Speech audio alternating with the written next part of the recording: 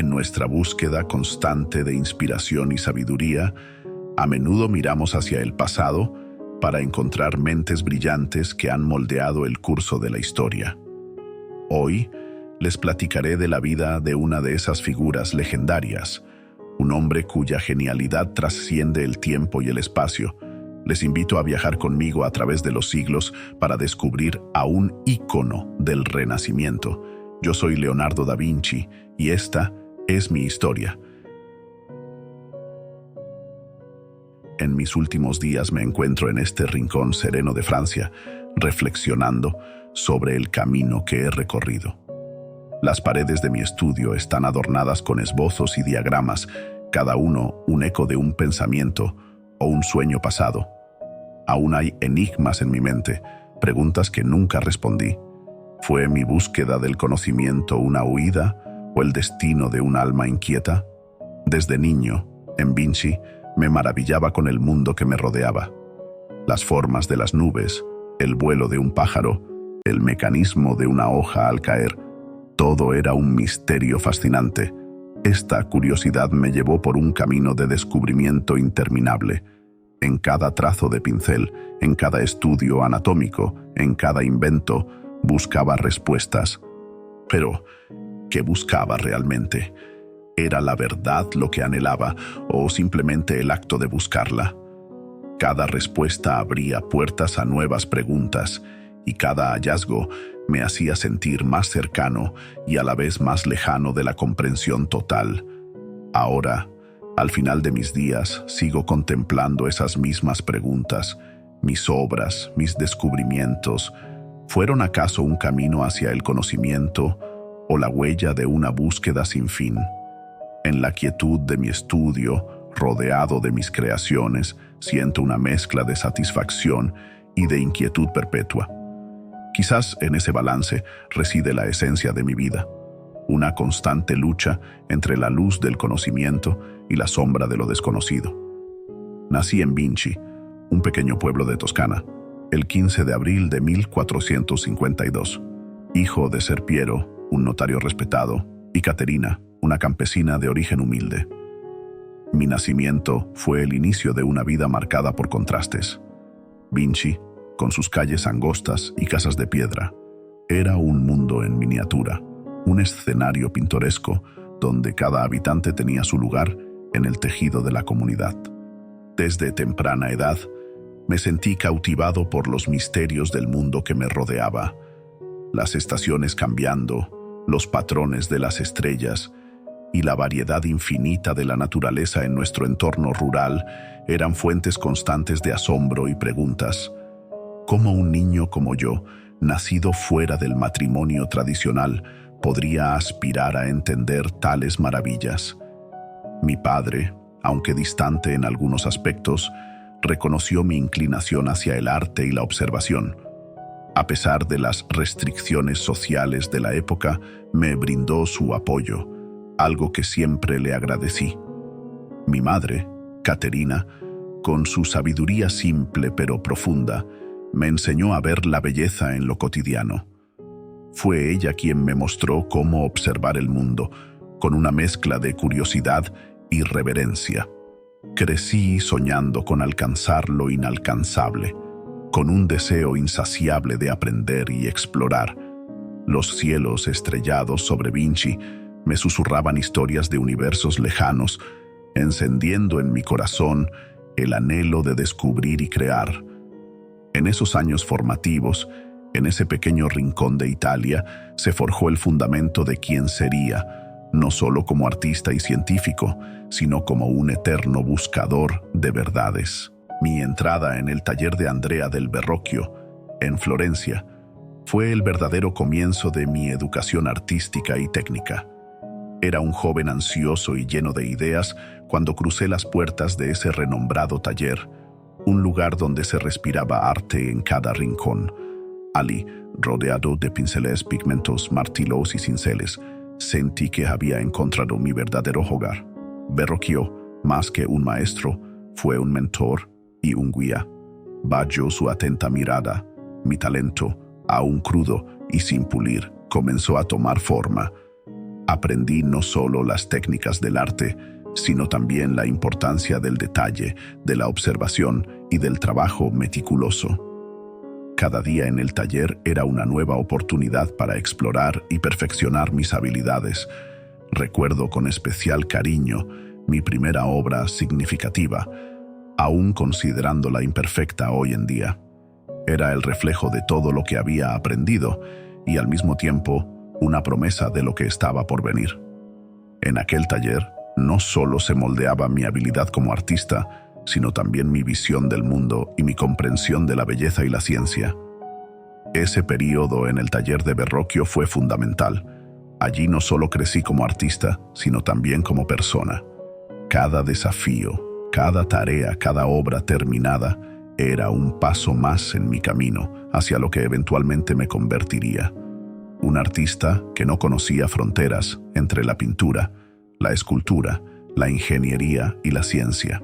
Florencia, en aquellos días de mi juventud, era un crisol de innovación y genialidad. La ciudad se erguía como un faro de cultura y arte, atrayendo a las mentes más brillantes de Italia y más allá. En sus calles, plazas y palacios se respiraba un aire de creatividad y competencia. La belleza de Florencia no residía solo en sus edificios o en sus paisajes, sino en el fervor intelectual y artístico que impregnaba cada rincón. Sin embargo, en este vibrante entorno, la rivalidad y la búsqueda de patrocinadores eran realidades omnipresentes. Artistas de gran talento competían por el favor de las familias poderosas, como los Medici, quienes eran mecenas del arte, pero también jueces de nuestro destino. Cada obra que creaba no era solo una expresión de mi visión, sino también una estrategia para asegurar mi lugar en este competitivo mundo. Cada pincelada en mis lienzos era una batalla sutil por el reconocimiento y la excelencia. En cada escultura buscaba imprimir no solo mi habilidad, sino también mi identidad y mi mensaje al mundo. Florencia me enseñó que el arte no era solo belleza y técnica, sino también una forma de comunicación y un medio para ganar estatus y respeto. En esta ciudad, mi arte y mi reputación florecieron. Aquí me enfrenté a desafíos que forjaron mi carácter y mi arte.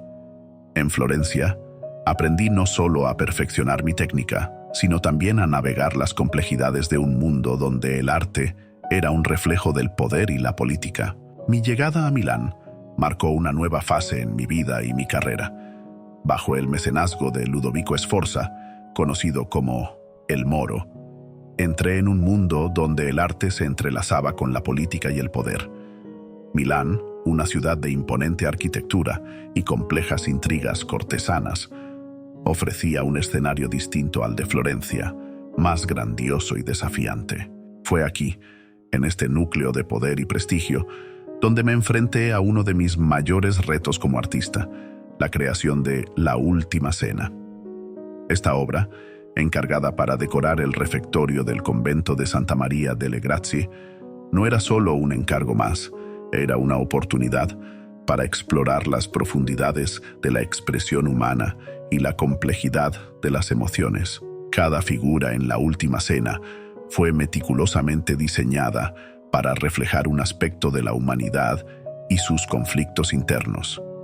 Al pintar a Jesús y sus discípulos, traté de capturar no solo su santidad, sino también su humanidad, sus dudas, sus miedos, su fe y su traición. La obra se convirtió en un espejo de mi propia alma, un lienzo donde las emociones y pensamientos que me habitaban encontraron expresión. Trabajar en La Última Cena fue un proceso tanto artístico como espiritual. Cada día que pasaba en el convento, sumergido en mi obra, sentía que estaba no solo creando una pintura, sino también descubriendo una parte de mí mismo. En Milán, bajo la sombra de los Sforza, mi arte alcanzó nuevas profundidades, y mi comprensión del ser humano y de mí mismo se profundizó de maneras que nunca había anticipado. Durante mi vida, mi curiosidad no se limitó solo al arte. Era como un río desbordante, fluyendo hacia múltiples ramas del saber. Me fascinaban incontables aspectos del mundo y de la naturaleza, la anatomía humana, los misterios de la ingeniería, el delicado y complejo vuelo de los pájaros. Cada uno de estos temas era para mí una puerta abierta a un nuevo universo de descubrimiento. Mis cuadernos, llenos de bocetos, diagramas e ideas, eran el reflejo tangible de esta incesante búsqueda de conocimiento. En ellos, plasmé no solo estudios de anatomía detallados que desafiaban las normas de mi tiempo, sino también diseños de máquinas e inventos que parecían surgir de un futuro lejano. Desde helicópteros y paracaídas hasta estudios sobre el flujo del agua y la geología, cada página de mis cuadernos era un testimonio de una mente que no conocía descanso. Estos estudios eran para muchos difíciles de comprender. A veces, incluso yo mismo me preguntaba si estaba adelantándome a mi época, soñando con posibilidades que el mundo aún no estaba listo para recibir. Pero esta anticipación del futuro era una parte intrínseca de quién era: un soñador, un inventor, un visionario. A pesar de que no todas mis ideas e inventos se materializaron durante mi vida, siento una profunda satisfacción al saber que planté semillas que podrían germinar en mentes futuras. Mis cuadernos, repletos de conceptos e innovaciones, se convirtieron en un legado de mi insaciable sed de saber, un legado que esperaba, algún día, inspirar a otros a seguir explorando, descubriendo y soñando. Durante mis viajes por Italia, tuve la fortuna de explorar algunas de sus ciudades más emblemáticas. Roma, con su riqueza histórica y sus ruinas antiguas, fue un escenario de aprendizaje inigualable. Caminando por sus calles, me encontraba rodeado de las huellas de un pasado glorioso. Cada piedra y cada columna, contando la historia de un imperio que alguna vez gobernó el mundo. Allí, mi estudio de la anatomía, la arquitectura y la ingeniería se enriqueció enormemente, alimentado por el legado de los antiguos maestros. Venecia, por otro lado, era un mundo completamente diferente. La ciudad sobre el agua me fascinó con su singular belleza y su intrincada red de canales. Su dinamismo comercial y su rica vida cultural ofrecían un contraste vivaz con la solemnidad de Roma. En Venecia, me sumergí en el estudio de la hidráulica y la ingeniería naval, inspirado por su lucha constante contra las mareas. Uno de los aspectos más significativos de mis viajes fue mi encuentro y rivalidad con Michelangelo. Aunque éramos contemporáneos y compartíamos un profundo amor por el arte, nuestras visiones y métodos eran a menudo opuestos. Esta rivalidad, sin embargo, fue tanto un desafío como una fuente de inspiración. En la competencia con un genio de tal calibre, encontré un estímulo para superar mis propios límites y explorar nuevas fronteras en mi trabajo. Fuimos parte del Renacimiento. Imaginen un mundo donde, después de más de 1000 años de lentos avances, de repente, en tan solo 4 generaciones, la humanidad experimentó un despertar sin precedentes. Ahora, en el siglo XVI, el escenario está listo para una revolución que cambiará el curso de la historia. Ahora que veo hacia mi pasado, veo a artistas y eruditos que no solo ganaron protagonismo, sino que se convirtieron en las estrellas de una era. Nombres como Michelangelo, Rafael o yo, Leonardo, empezamos a resplandecer, haciendo posible lo que antes se consideraba inalcanzable. Uno de los impresionantes logros de este renacimiento, que debo reconocer, surge con la Basílica de San Pedro, un testimonio de la grandeza alcanzada. Michelangelo es un genio que posee el conocimiento y la visión para llevar a cabo estos proyectos gigantescos. Marcará un antes y un después en la historia de la arquitectura.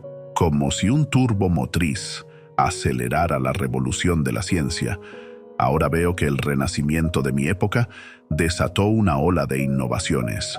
Se construyeron nuevas máquinas, se profundizó en el estudio de la anatomía y se redefinió la estructura arquitectónica. Dicen que las obras brillantes duran con el tiempo, Por eso sé que no será ahora cuando reconozcan el importante aporte de la época. Un día dirán que este renacer fue un salto cuántico en la arquitectura y el arte, la belleza y la ciencia. Pues nunca antes se había inventado tanto en tan poco tiempo. Así, el Renacimiento, como le llamo, se revela no solo como una época de esplendor artístico y científico, sino como un faro de la capacidad humana para trascender los límites de lo imaginable. Recuerdo que, a veces, todo lo que se necesitaba era una chispa de genialidad para iluminar la grandeza. Pero, ¿qué provocó este cambio radical? Fue el redescubrimiento de la sabiduría de la antigua Grecia y Roma, fusionado con innovaciones en arte, ciencia y pensamiento. El Renacimiento puso al ser humano, con sus potencialidades y belleza, en el centro del universo. Leonardo da Vinci, o sea yo, me caracterizaba una insaciable curiosidad.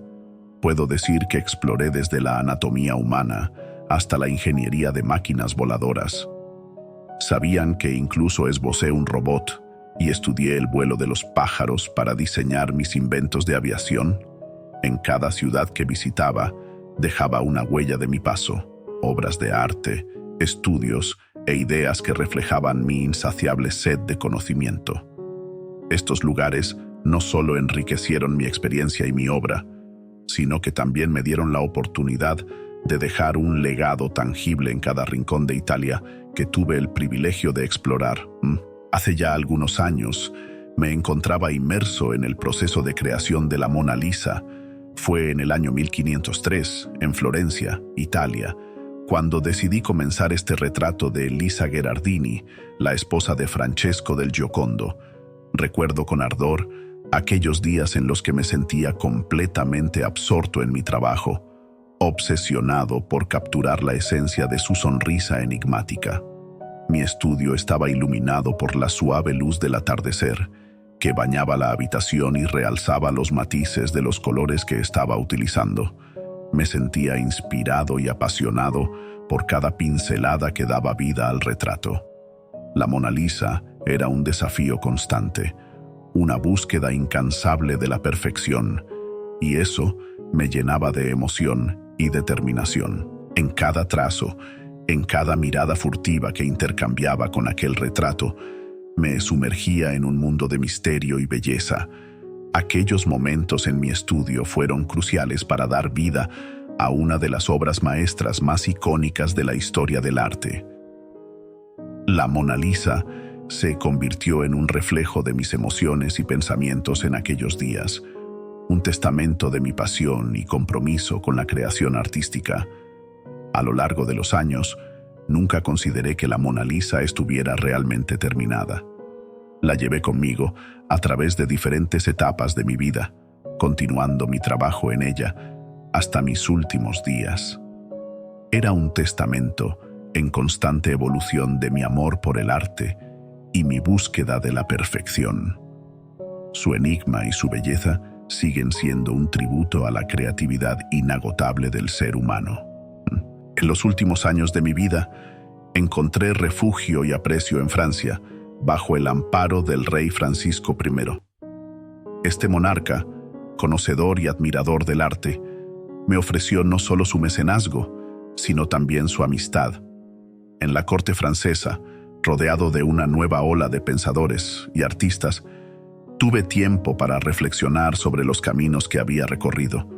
Mirando hacia atrás, mi vida se me aparecía como un tapiz intrincado, tejido con hilos de triunfos y sueños inacabados.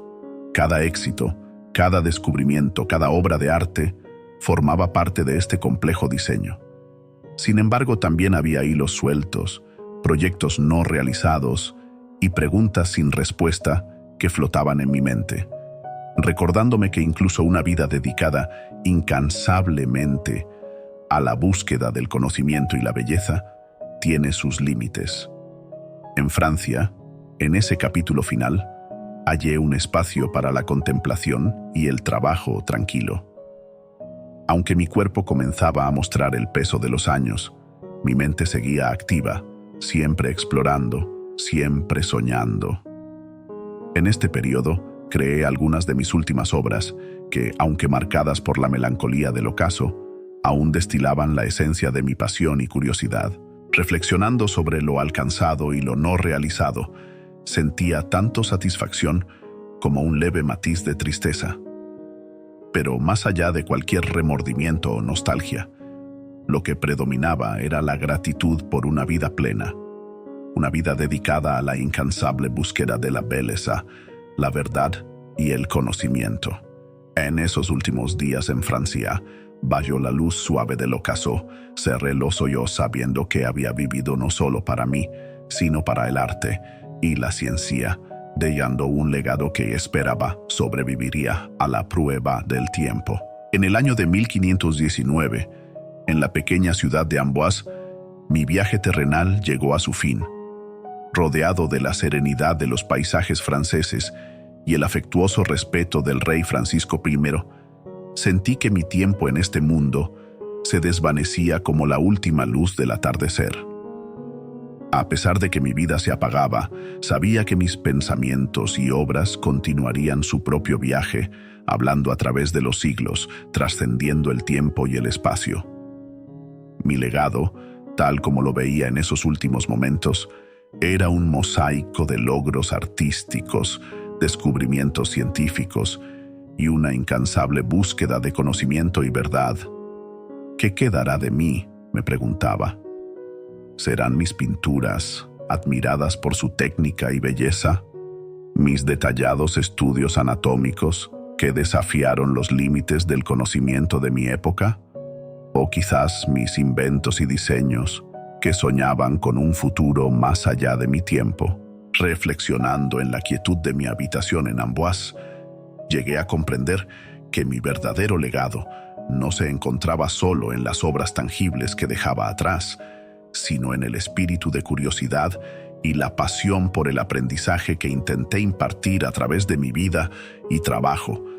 Mi legado sería, esperaba, una chispa que encendería la imaginación y la sed de conocimiento en otros mucho después de que mi voz se silenciara.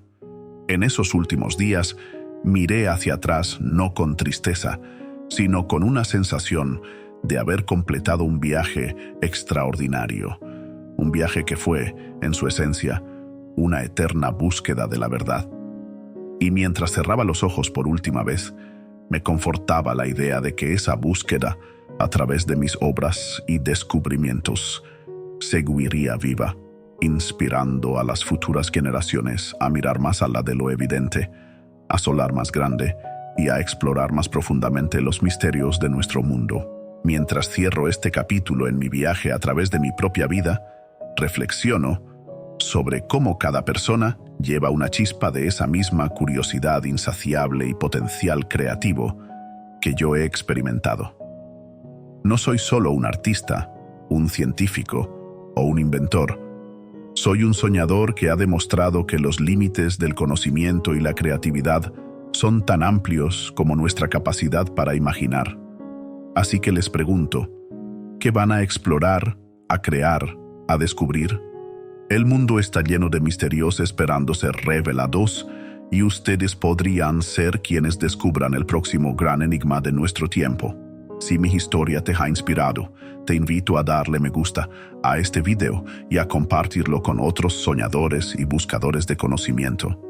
No olvides suscribirte para más contenidos que despierten tu curiosidad y te impulsen a explorar las maravillas de nuestro mundo y más allá.